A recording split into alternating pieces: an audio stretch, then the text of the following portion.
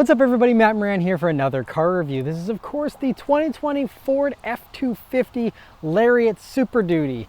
Huge thanks to Ford for providing me here with the refreshed 2020 F-250 to review for you guys today. So about the F-250, well, this thing is an enormous beast. I mean, it is a rolling fortress with just how massive this thing is. And even in this slightly smaller crew cab configuration with the shorter 6 3/4 foot bed, it still is almost 21 feet long and it's over 6.5 feet tall. I mean, it's just a massive and very imposing thing to look at. You know, right up front there, I really love these quad beam LED headlamps, which are an optional upgrade, but regardless, you get super tall headlights on all Super Duty Ford trucks here, and they look really, really cool. The grills will obviously vary depending on trims. There's, you know, a bunch of different grills to pick from, and then there's appearance packages that can further change those grills and everything. But the one you have here on this Lariat with this ultimate package looks really nice in my opinion. Lots of chrome and stuff, which I think is appropriate for a truck like this. But if you want something a little more rugged and off-road looking, there's also the new Tremor package now, which you can get for 2020, which gives the F-250s and the F-350s a little bit more of an off-road appeal, and they have knobbier tires and more off-road hardware to help, you know, handle trails and things like that. But as this one is, it's, you know, a really nice cruiser and looks really nice up front. They're just so tall, it's just kind of crazy. And then coming down to the sides, I mean, even this F-250 badge is massive, and you know, very large mirrors, of course, and you probably display the 6.7 liter Power Stroke diesel badge there on the side, because this one has that engine, which is an almost $10,500 upgrade for that diesel engine. But it's a whopper of an engine with 1,050 pound-feet of torque, which we'll sample once we hit the back road there. But otherwise, going out to the back, it's you know, pretty familiar F-250 stuff here. I really like the taillights though, especially these ones with the blind spot monitoring sensors built into them. They're a little bit more high-tech looking, and I like having Super Duty stamped there in the back of the tailgate.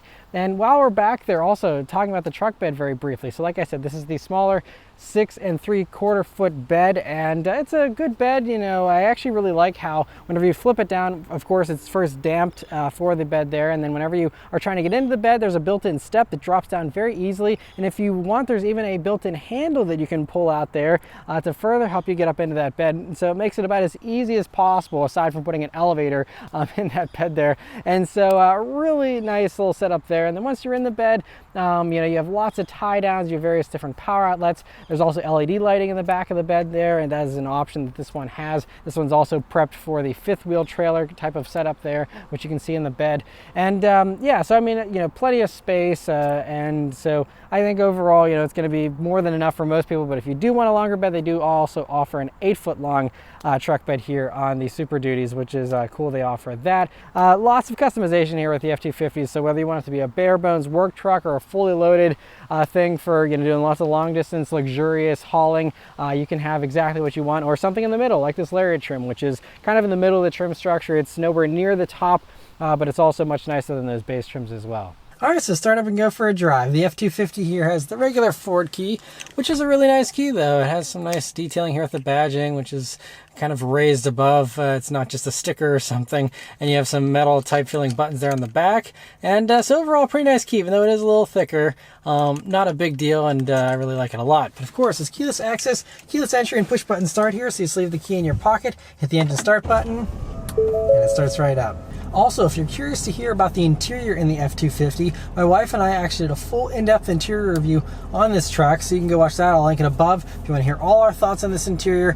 Overall, you know, it's not going to be as high-tech as the Ram. That is still best in class with its interior. And this Lariat trim, again, is not a fully loaded trim, far from it. So it's not going to feel super luxurious in here, but for what it is still fairly nice. And so yeah, you can go watch that video for all the extra details on it. Also, before we set off, I want to give you guys all the tow ratings and payload ratings and all those specs. It's very hard to remember all the different numbers, and this will vary depending on your configuration, what kind of engine you have in it, what type of wheelbase it is, you know, there's a million different things. There's a big huge chart you can go on Ford's website if you want to see exactly how much your configuration of an F-250 that you're looking to buy will be able to tow and have for a payload and all that kind of stuff. But the best case scenario for what you can tow in a Ford Super Duty is 37,000 pounds with the fifth wheel gooseneck preparation and towing one of those types of trailers. 37,000 pounds, which is pretty mind-blowing. Now, if you're on the regular hitch, the max you're gonna be able to tow is 24,200. Again, if you get the right configuration. Also, it's a separate configuration, but here on the diesels here, you can tow between 15,000 and 20,000 pounds, depending on the axle ratio. So the diesel's not quite as much as the gas engines, even though the gas engines have way less torque than this diesel does, but that's the ratings here for these. Also, the payload rating, the max payload you can get in a Super Duty is 7,850 pounds, but again, that is for the 7.3 liter V8 gas engine. Here for the diesel version, it's going to be much lower. I think it's somewhere in the 3,000 range, and so, you know, it's going to be a lot less. So again, it's going to depend on exactly what you're planning on doing with your truck and, you know, what configuration you want as far as what your actual capabilities will be, but those are the basic numbers there as far as the best case scenario out of the Ford Super Duties. All right, so setting off here in the 2020 F-250, man, this thing is a beast. So first thing you notice here in the diesel version is that very loud diesel engine, which does make itself known. Gives you that signature diesel sound, especially the signature Ford diesel sound that you're used to from these Super Duties in the past. But other things you notice here, well, you're sitting up, you know, very, very high in this thing. I mean, you are towering over everything, including other full-size trucks, you know, because this is just so much higher here for the F-250. It's just, you know, those 2500 series trucks are just enormous, and so you are definitely king of the road. Like I said, you're rolling around in a rolling fortress, really, with how massive this thing is. And so it's obviously very hard to maneuver if you're not used to large trucks. If you are, you know, it's not going to be any worse than any other truck that's this size. One great thing, though, is that you do have the 360 camera option, which this one does have. That is a must-have option. I think even if you are a seasoned truck driver, still I think that that's really nice, just to see exactly what's going on with your surroundings whenever you're in tight spaces and things like that. It's a huge help, and so I think that's a must-have option. I'm really glad you can get that even on lower trims like this Lariat version. Otherwise, you know, you have excellent visibility with these windows that come way far down, so they're massive, huge, massive mirrors here that also power extend. They have lights on the end of them, and you of course have the two different types of mirrors there. Great view forward as well. You know, A-pillar actually is pretty thin too for a truck, and so very good visibility, great view out of the back of course as well. Other things to note here, I really like how the throttle response is pretty good here. I think it's actually a little bit better than the Ram 2500 that I reviewed a few months ago. I have not driven the heavy-duty versions of the Chevy and GMC trucks, so I can't talk about those or compare it with those really. But I did recently, you know, about 6 months ago, spend a week with the Ram 2500, the new ones, and that was really nice as well. But I think this has a few advantages here that I've noticed over my few days of driving here so far. But the first is that throttle response is nice and responsive, and it's paired up with this 10-speed automatic transmission, which you get in all versions of the F-250 here, aside from the base engine. That still runs a 6-speed automatic, but the diesel and the upgraded gas V8 both have this 10-speed auto, and it's really programmed well. Now, there were a couple of times where it was a little bit rough and not as smooth as I would like it to be, but it always seems to be in basically the right gear. It's very quick with, you know, making sure that everything's in the meat of the power band at all times, and does a really good job. But I'm going to turn down onto this back road here and see how the Super Duty does. I'm going to roll into it because this thing is so mighty with its torque. Here we go. Traction control is kicking in, trying to keep this thing under control. Oh, but yeah, it is like insane. It's I don't even know how to describe the acceleration. It's just this enormous wave of torque that pushes you. And you don't feel like you're going very fast, but then you look down at the speedometer and it's really going up quickly. And this one especially moves fast, since it only goes up to 100 miles an hour for the speedometer. So I mean, that needle's just flying, and you look down and you're like, okay, well, this thing is actually moving. And yeah, that is all thanks to the 6.7 liter Super Duty diesel V8 engine. It's got a massive turbo on it, and it does 475 horsepower and 1,050 pound-feet of torque. Ford wanted to one-up the Ram with its 1,000 pound-feet and its top configuration, and the Chevy stuff's much lower, and so this is the top dog as far as muscle goes, and it makes this, I think, actually the quickest of the three trucks as far as its 0 to 60 times. Now, there isn't a 0 to 60 time recorded or given for this version specifically, but Motor Trend did test a Tremor package, which has the off-road tires with this diesel engine, and that they still managed to get a 7.2 second 0 to 60. So on these street tires, and being a little closer to the ground, I would assume this one would be in the high 6s, and that certainly seems attainable, even though you have such a heavy weight to this thing. It just gets up and goes so quickly, and there's not much turbo lag. I think there's actually less turbo lag than what you get with the Ram. The Ram was really delayed, and that was partially because it runs a 6-speed automatic with its diesel engine, and so the gears were much more widely spaced out. This, it just having 10 gears just helps so much, because it can just bang off those shifts and just be constantly in the peak of that power band, which is pretty narrow. It only goes up to 4,000 RPMs, but can really maximize the amount of thrust that you're getting out of this thing, which is really, really remarkable. And so passing power is so easy, all that kind of stuff. That's where you really see the power of this thing, is whenever you're up and going, you don't have traction issues, and that's where the thing can just really take off down the highway if you wanted to. But anyway, we're going around some corners here. I know this is a massive, huge truck, so I'm not going to review it like a sports car, but I just want to see, whenever you do take it around some corners, how it feels. And it's totally fine. It's actually pretty flat for a truck like this, and I say that actually it probably feels a tiny bit better than the Ram did, actually. That was even a little bit more of a handful on this road. And again, I'm taking it slow. I am not pushing it whatsoever. We just have 18-inch wheels here, and very normal type of tires, and nothing sporty by any means, but it does seem like it's really flat and well controlled with its handling. And compared with Super Duties in the past, which were leaning all over the place and everything, and very sloppy feeling, this actually feels pretty buttoned down for the type of truck it is, and yet you still have a pretty smooth ride. Now, obviously, all the 2500 series trucks are going to ride rougher than the 1500 size trucks, and so that's just a compromise that you're going to have to make, with any of these large trucks. And so they're all kind of relatively the same. I think the Ram might have a tiny bit of a smoother ride than this does. This feels a little more jittery at times than the Ram did. The Ram was a little better controlling some of that stuff. With both of them, you feel most of the grooves in the road and all that kind of stuff. It communicates all that very, very well. If this were a sports car, that kind of stuff might be a little bit more welcome, but in something like this, there are times, when you're hitting potholes like that, where you feel every little thing here in these still, which is okay. It's not really harsh by any means. It's just, like I said, with how far the 1500 series trucks have come, that most people are used to driving, and you hop in something like this, and it is going to be a little bit rougher, but not a big deal for sure. And you have these nice plush seats to soften the blow a little bit as well. But yeah, aside from the massive, size of this thing, it really is nice to drive. It's very pleasant, and like I said, I really think that this transmission is the shining thing of the F-250, because like I said, there isn't any of the mushiness or uncertainty that you had with the Ram, and so I really like the way this is set up. The brakes are also very reassuring here. They give you some bite right towards the top of the pedal, and feel very strong, as of course you want in a vehicle that's going to probably be towing and doing lots of heavy duty work. You're going to want very confidence inspiring brakes, and these certainly have it. The steering also has a nice weight to it. I think it might be a tiny bit lighter than what you get in something like the Ram, for example, but for a truck, it's very much appropriate, and still feels really good. It's also worth noting this is probably the worst handling version of the Super Duties as well, and it still handles this well. The reason why I say it's probably the worst handling version is, so these, as far as curb weight goes, I think weighs around 7,262 pounds roughly in this configuration, and then, so the diesel engine is really what adds a ton of weight. I think Motor Trend was saying it was something around 800 pounds of extra weight out of this, because of this diesel engine and its extra components and stuff. So if you want to have a lighter truck, you're definitely going to want to go with that, one of the V8 engine gas engines instead of this diesel one.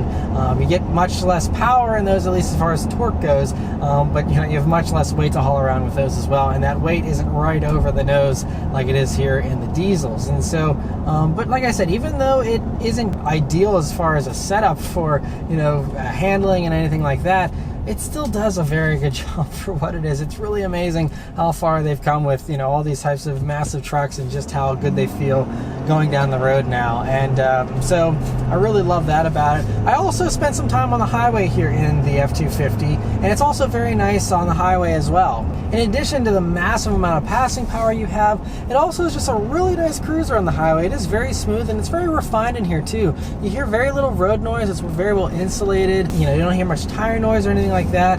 And so again, if you're going to be doing lots of long distance hauling in something like this, I think it's going to be a really great companion in that regard as well. Unfortunately though, the safety tech in here is still more on the basic side. The base trim doesn't have much of the newer safety tech, but everything except the base trim, I think the XLT and above, and including this Lariat, has Ford's 360 system. So you have automatic emergency braking, you have blind spot monitoring, and all those types of things that it has, backup camera, all that. And while it does have a lane departure alert system, it doesn't really have any kind of lane keep assist. So it isn't doing any actual steering for me on the highway, or even on normal roads here. But you do have these like green road lines that are illuminated here in the dashboard, and so whenever that's lit up, it means it's seeing the road lines, and it will kind of give you a little bit of an alert if you're going out of the lines.